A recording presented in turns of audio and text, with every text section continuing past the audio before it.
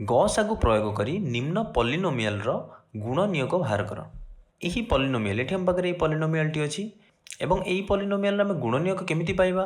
देख मुझे गोटे संख्या नौ 6 रो गुणनियोग सब कौन कौन हो पार 2 हो पार 3 हो पार कहीं हो कारण 2 रे आम जो गोटे संख्या गुणुचे पाचे 6 क्यों संख्या गुणुचे 3 गुणिले पाचे 6 तेणु 2 और 3 ये सब गोटे गोटे गुणनियोग।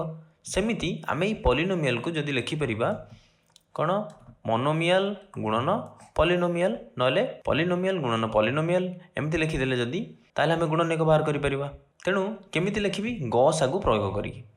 देख गसागु यही पॉलिनोमियल रे आम पाखे दुईटी पद अच्छी गोटे हूँ कौन 8x² और आउ गोटे 12xy²।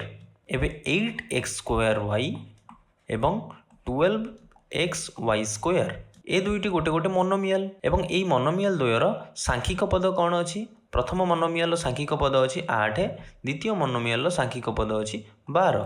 तेणु मु प्रथम 8 और 12 रो गसागु बाहर करी। एवं 8 रो गुणनियोग हम 1 2 4 8 सेमिति 12 रो गुणनियोग हम 1 2 3 4 6 12। एबे देख के गुणनियोगटी साधारण अच्छी एवं बड़ अच्छी। देख 2 साधारण अच्छी 1 साधारण अच्छी 4 भी साधारण अच्छी। एबे बड़ क्यों संख्याटी अच्छी 1 2 4 मध्य बड़ किए 4 तेणु 8 और 12 रो गसागु हम 4। एबे एई मोनोमियल द्वयरे x² एवं xy² यही सहग द्वयर गसागु बाहर करवा। केमिति गसागु बाहर करवा देख x² को मुझे लिखिपर x इंटू y सेमिति xy² यह आम लिखिपर x इंटू y।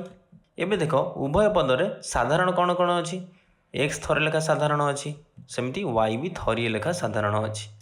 तेणु गसागु आम केमिति पाइबा आम कौन करवा ये साधारण गुणनियोग गुड़ी को गुणीदबा लिखा x गुणन y xy।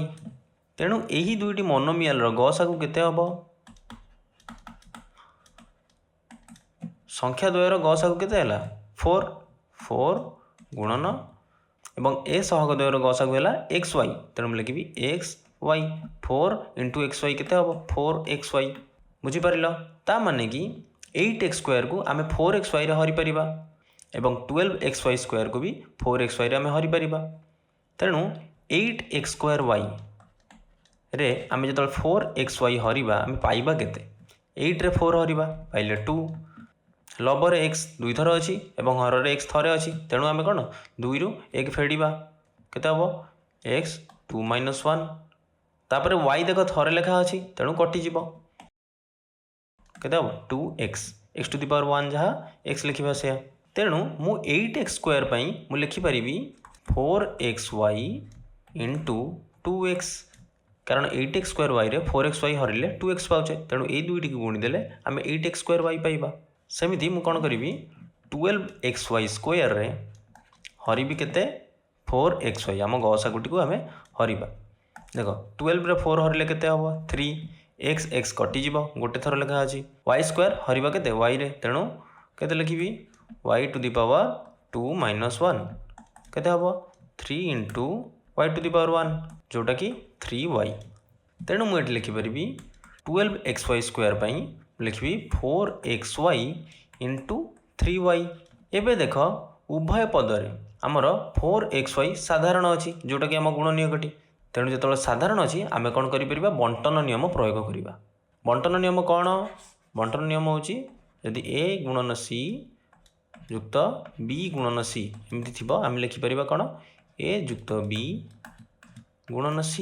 तेणु मु लिखिपर 4xy इंटू 4xy नेबी मु दुईटी जाक पदरू तापर ये बंधन भितर लिखी 2x + 3y। एबे आम ये पॉलिनोमियल को केमिति लिखिचे 4xy रे गुणीचे 2x + 3y बुझीपार।